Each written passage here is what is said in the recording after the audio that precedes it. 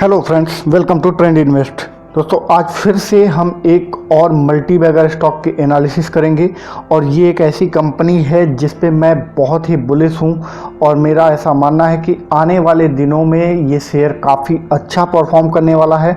न केवल अगले कुछ क्वार्टर्स में इसमें बहुत ही अच्छी परफॉर्मेंस देखने को मिलेगी, बल्कि लॉन्ग टर्म के लिए भी इसमें बहुत ही अच्छा स्कोप है। तो कंपनी के बारे में पूरी डिटेल में एनालिसिस करेंगे, लेकिन उसके पहले अगर आप चैनल पर नए हैं तो चैनल को सब्सक्राइब जरूर करिए। इसके अलावा जो हमारा टेलीग्राम का चैनल है उसको जरूर ज्वाइन करिए, लिंक हमने डिस्क्रिप्शन में दे रखा है। अदरवाइज आप टेलीग्राम पे जाके ट्रेंडी इन्वेस्ट सर्च करके वहाँ से भी ज्वाइन कर सकते हैं, क्योंकि टेलीग्राम पे जो भी अपडेट्स होते हैं या जो भी शेयर्स रिकमेंड की जाती हैं या इंट्राडे में जो भी ट्रेडिंग्स एडवाइज होती हैं या जो भी चीज़ें होती हैं वो टेलीग्राम में हम रेगुलरली अपडेट करते हैं, तो वहाँ से आपको बेनिफिट मिलेगा। तो कंपनी के बारे में शुरू करें उसके पहले एक इम्पॉर्टेंट इन्फॉर्मेशन ये है कि हमने टॉप 15 जो शेयर्स दिए थे उसमें कुछ और शेयर्स हैं जिन्होंने टारगेट अपने पूरे कर लिए हैं। जैसे टाटा स्टील का 1500 का टारगेट अचीव हुआ है। इस तरह के और भी कुछ शेयर्स हैं जिन्होंने अपने टारगेट्स अचीव किए हैं। तो अकॉर्डिंगली जो टारगेट्स दिए गए थे उसके आसपास आप प्रॉफिट जरूर बुक करते रहिए, उसको और ज़्यादा होल्ड करने की ज़रूरत नहीं है। तो आज जो कंपनी की एनालिसिस हम करने वाले हैं उसका नाम है IDFC फर्स्ट बैंक। तो IDFC फर्स्ट बैंक के बारे में हम डिटेल में जानेंगे। तो IDFC फर्स्ट बैंक जो है वो 2018 में IDFC फर्स्ट बैंक और कैपिटल फर्स्ट को IDFC बैंक जो था और जो कैपिटल फर्स्ट था उसको मिला के 2018 में एक नई एंटिटी क्रिएट हुई और उसका नाम रखा गया IDFC फर्स्ट बैंक। तो जो बैंक है बेसिकली ये सारे जितने ही बैंक के काम होते हैं वो सारे ही काम करते हैं, चाहे वो पर्सनल फाइनेंस से रिलेटेड हो, पर्सनल बैंकिंग से रिलेटेड हो, होलसेल बैंकिंग से रिलेटेड हो, NRI बैंकिंग हो, जो भी चीज़ें होती हैं ये सब में डील करते हैं। अब सेविंग्स हो गए या जो डिपॉजिट्स हैं, करेंट अकाउंट हो गए, सेविंग अकाउंट हो गए, इसके अलावा जो MSME के लोन्स हैं, पर्सनल लोन है, कंज्यूमर ड्यूरेबल्स लोन है, होम लोन है, टू व्हीलर्स लोन है। उसके अलावा इनका जो बिजनेस डाइवर्सिफिकेशन है वो म्यूचुअल फंड से लेके sovereign gold bond, term insurance, health insurance इत्यादि में भी इन्होंने अपने आप को डाइवर्सिफाई कर रखा है।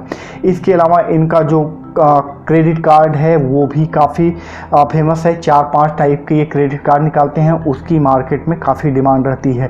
पेमेंट जो सेक्टर है, पेमेंट में भी ये डील करते हैं, जो फास्टैग हो गए या क्रेडिट कार्ड, भीम UPI से रिलेटेड जितने भी पेमेंट्स होते हैं, रिटेल से रिलेटेड जो फॉरेक्स ट्रांजेक्शन्स होते हैं, उन सब में भी इनकी एक्टिविटी बहुत तगड़ी है। तो अगर आप देखिए तो जो IDFC फर्स्ट बैंक है पूरा इनका बिजनेस बहुत ही अच्छा है और डाइवर्सिफाई है और आने वाले दिनों में इसमें बहुत ही अच्छी ग्रोथ देखने को मिलेगी। अगर हम वहीं पे बात करते हैं कि कुछ इनके की मैट्रिक्स जो हैं, अगर हम उसकी बात करते हैं तो जो IDFC फर्स्ट बैंक है उसकी जो मार्केट कैप है अभी लगभग 32,200 करोड़ के आसपास किसकी मार्केट कैप है।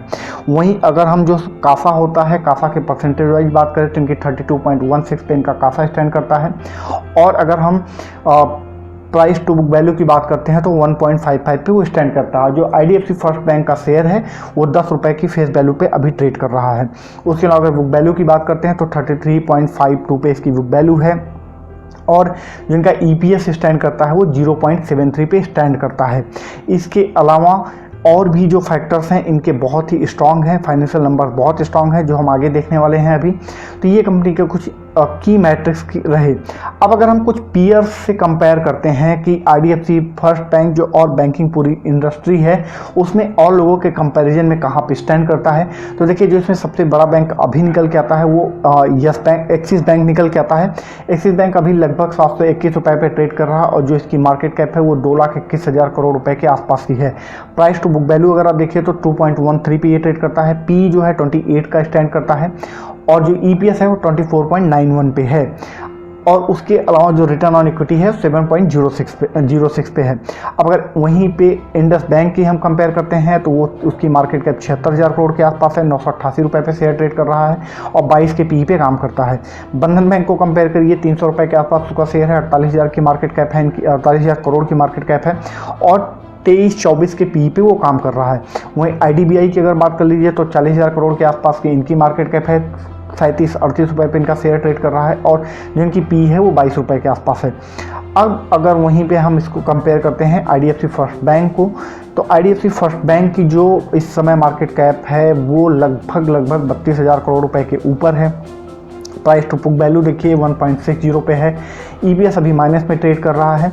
तो अगर आप देखिए तो मार्केट कैप इनकी बहुत ही अच्छी है, लेकिन मार्केट कैप के अनुसार इनके जो शेयर्स हो गए या बाकी की जो अर्निंग्स हैं उसमें उतनी अच्छी ग्रोथ अभी देखने को नहीं मिल रही है, और वो चीज़ें आगे कहीं ना कहीं रिफ्लेक्ट करेंगी। अब अगर हम प्रमोटर्स के कुछ होल्डिंग की बात करते हैं कि जो शेयर होल्डिंग पैटर्न है या जो पूरा शेयर होल्डिंग पैटर्न है वो किस टाइप का है, तो जो प्रमोटर्स हैं उनके पास 36.56% की होल्डिंग है, म्यूचुअल फंड के पास लगभग 3.55% की होल्डिंग है, जो डोमेस्टिक इंस्टीट्यूशंस हैं उनके पास 8.37% की होल्डिंग है।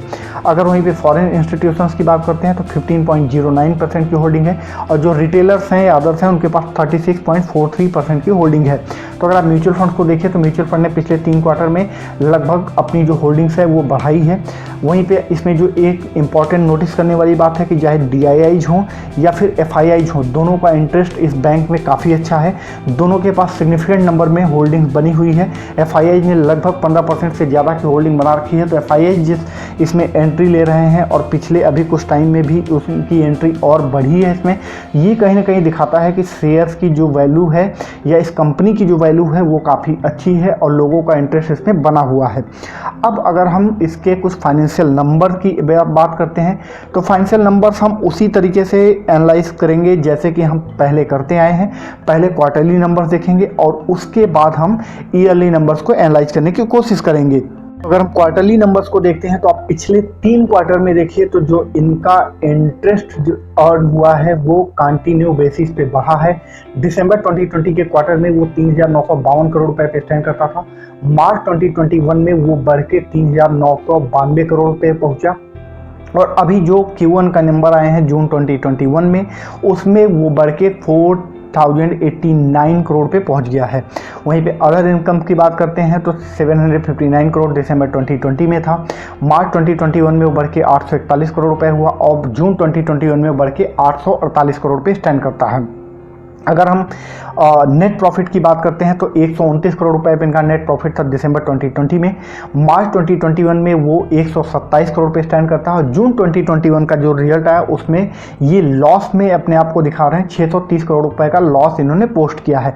अब ये लॉस क्यों आए हैं इसके बारे में हम आगे डिटेल में अभी बात करेंगे कि इसके पीछे की क्या लॉजिक है, लॉस क्यों आया, वो चीज़ें हम डिस्कस करेंगे। अगर नेट NPA की अगर हम बात करते हैं तो 0.33 का नेट NPA था इनका दिसंबर 2020 के क्वार्टर में, मार्च 2021 में वो बढ़ के 1.86 पे आया, और अभी जून 2021 में वो 2.32 पे आ गया है। ग्रॉस NPA की अगर बात करते हैं तो 1.33 था दिसंबर 2020 में, मार्च 2021 में वो बढ़ के 4.15 हुआ, और अभी जून 2021 में ग्रॉस NPA बढ़ के 4.61 पे हो गया है। अब अगर हम बात करेंगे ईयरली नंबर्स की कि ईयरली नंबर्स इनके कैसे हैं, तो आप देखिए कि जो मार्च 2018 का ईयर एंड हुआ था उसमें इनका जो इंटरेस्ट अर्न हुआ था वो था लगभग 8,930 करोड़ रुपए। वहीं मार्च 2019 का जो ईयर एंड हुआ उसमें वो बढ़ के आ गया 11,948 करोड़ रुपए पे, और अभी मार्च 2020 का जो ईयर एंड हुआ उसमें वो बढ़ के 15,867 करोड़ पे स्टैंड करता है। तो अगर आप इनके इंटरेस्ट इनकम की देखते हैं तो पिछले 3 सालों में वो कंटिन्यू बेसिस पे ग्रो कर रही है। इनफैक्ट अगर आप पिछले 4 साल को देखते हैं, 5 साल को देखते हैं तो भी इंटरेस्ट इनकम इनकी लगातार बढ़ रही है। अदर इनकम की बात करते हैं तो मार्च 2018 में वो 1117 करोड़ रुपए पे था, मार्च 2019 का जब ईयर एंड हुआ तो वो घट के 852 करोड़ रुपए पे आया, और अभी मार्च 2020 का जो ईयर एंड हुआ उसमें वो बढ़ के 1722 करोड़ रुपए पे स्टैंड करता है। अगर हम वहीं पे इनके प्रोविजनिंग की बात कर लेते हैं तो मार्च 2018 के ईयर जो एंड हुआ था उसमें इन्होंने लगभग 236 करोड़ रुपए की प्रोविजनिंग की थी, मार्च 2019 में इन्होंने 1459 करोड़ रुपए की प्रोविजनिंग की है, और मार्च 2020 में वो 4,315 करोड़ रुपए की प्रोविजनिंग किया है। अब अगर हम नेट प्रॉफिट की बात कर लेते हैं तो मार्च 2018 का जो ईयर एंड हुआ था उसमें इनका नेट प्रॉफिट था 859 करोड़ रुपए, मार्च 2019 में इन्होंने लॉस पोस्ट किया 1944 करोड़ रुपए का, और मार्च 2020 में भी इन्होंने लॉस पोस्ट किया लगभग 2,864 करोड़ रुपए का। तो ये जो ओवरऑल था ये लॉस इनके पिछले 2 सालों में लगे हैं। अब इस लॉस के पीछे का एक लॉजिक ये है कि ये लगातार जो इनके लोन्स दिए हुए हैं उसके लिए प्रोविजनिंग पहले से ही करते जा रहे हैं, ताकि आने वाले दिनों में जब वो चीज़ें कुछ अगर निगेटिव भी होती हैं तो यहाँ से प्रोविजनिंग इनको जो है वो हेल्प कर देगी और उसको प्रॉब्लम क्रिएट नहीं होगी। तो वो कहीं ना कहीं बैंक पहले से ही अपने को सेफ करके चल रहा है तो इसमें देखने वाली बात यह है कि जो प्रोविजनिंग की जा रही है, जैसे जैसे इनके लोन रिटर्न होते जाएंगे वो प्रॉफिट में टर्न होता जाएगा और प्रोविजनिंग फ्री होती जाएगी। तो ये सारे नंबर जो हैं आने वाले दिनों में कहीं ना कहीं आगे दिखेंगे।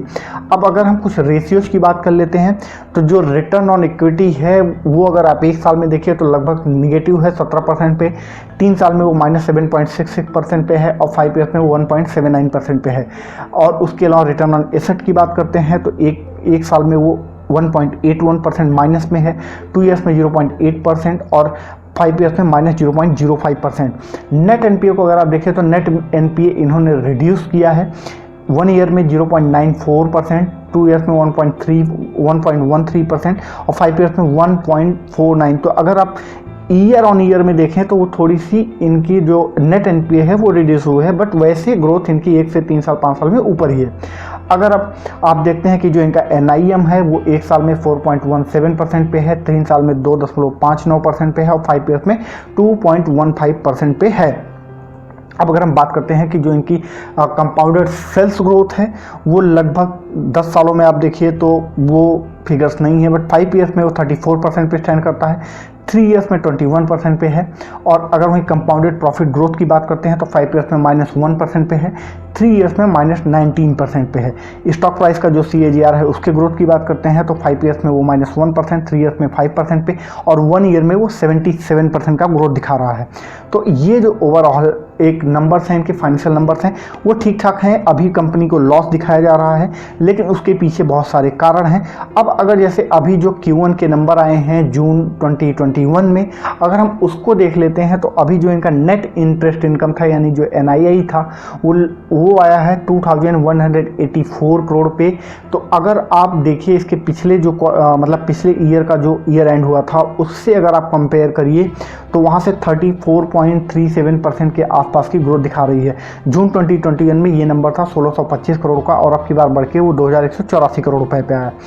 वहीं पे अगर हम क्वार्टरली नेट लॉस की बात करते हैं तो अभी वो 630 करोड़ रुपए का नेट लॉस दिखा रहे हैं, जबकि लास्ट इसी फाइनेंशियल क्वार्टर में अगर हम देखते हैं जून 2020 में तो वो 93.55 करोड़ पे स्टैंड करता था।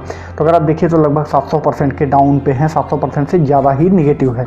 अगर ऑपरेटिंग प्रॉफिट की बात करते हैं तो जून 2021 के जो नंबर आए हैं वो 1001 करोड़ पे हैं और पिछले इसी सेम पीरियड से अगर हम कंपेयर करते हैं तो 12% से भी ज़्यादा ग्रोथ दिखाई दे रही है। जून 2021 में ये नंबर था 891 करोड़ रुपए पे।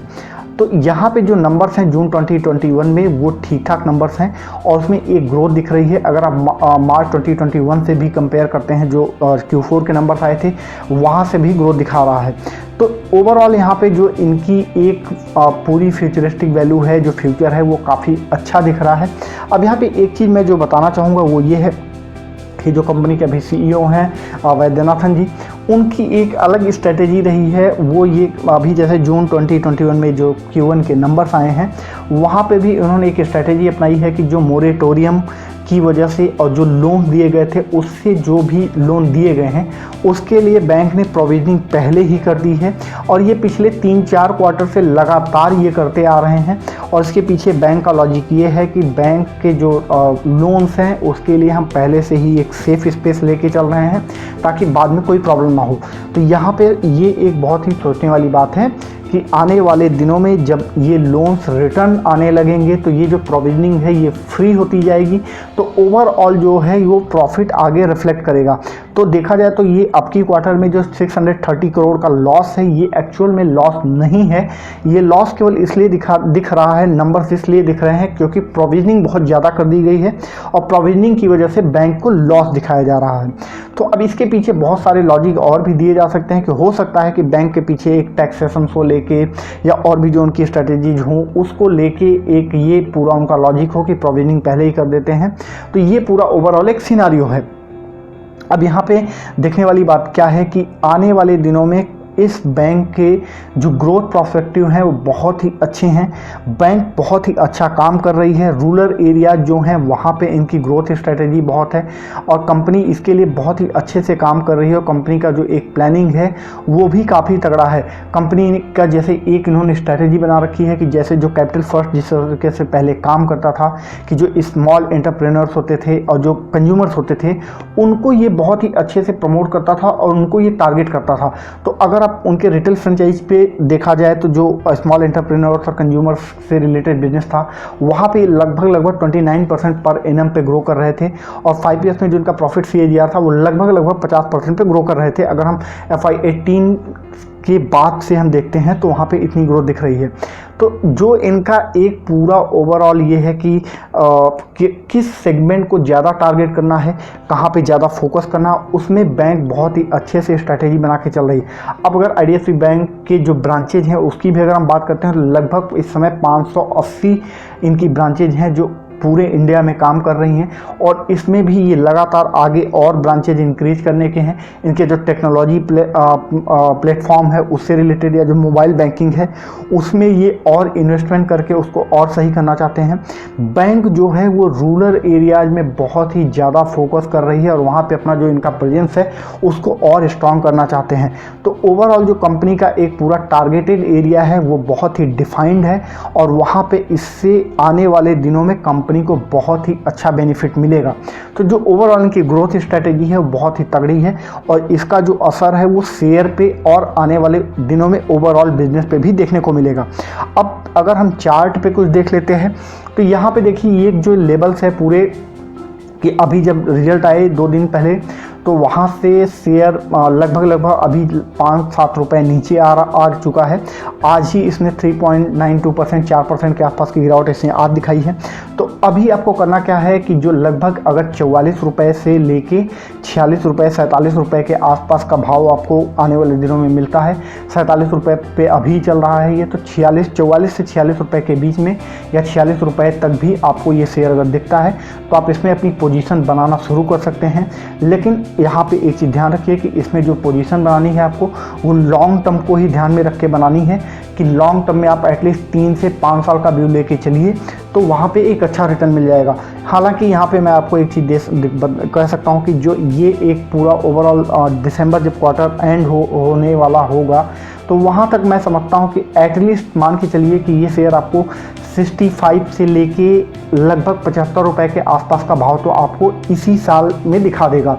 तो अगर आप यहाँ पे 44 से 46 रुपये के आसपास इन्वेस्ट करते हैं तो आप मान के चलिए कि लगभग आपको आने वाले कुछ ही दिनों में 50% 60% का रिटर्न तो आपको बहुत ही आराम से मिलेगा। तो वहाँ पे आपके पास एक अच्छी अपॉर्चुनिटी होगी कि आप अपने स्टॉप लॉस को ट्रेल करते हुए भी लॉन्ग टर्म में इसको होल्ड कर सकते हैं। बट अगर मैं ओवरऑल बात करूँ तो इस बैंक का फ्यूचर मुझे बहुत ही ब्राइट दिख रहा है और ये मेरा बहुत ही फेवरेट शेयर है। इस पे मैं लगातार पोजीशंस लोगों को बनवाता रहा हूँ, लोगों को बताता भी रहा हूँ। जब ये नीचे ट्रेड करता था लगभग 37-38 रुपये के आसपास ट्रेड करता था तब से मैं इसको रिकमेंड कर रहा था। फिर इसमें ग्रोथ देखी गई और अभी जब चीज़ें और थोड़ी सही हो रही हैं तो अब इसमें वीडियोज भी मैंने बना के आपको दे रहा हूँ। तो इसलिए ये एक शेयर है जिसमें आप फोकस कर सकते हैं।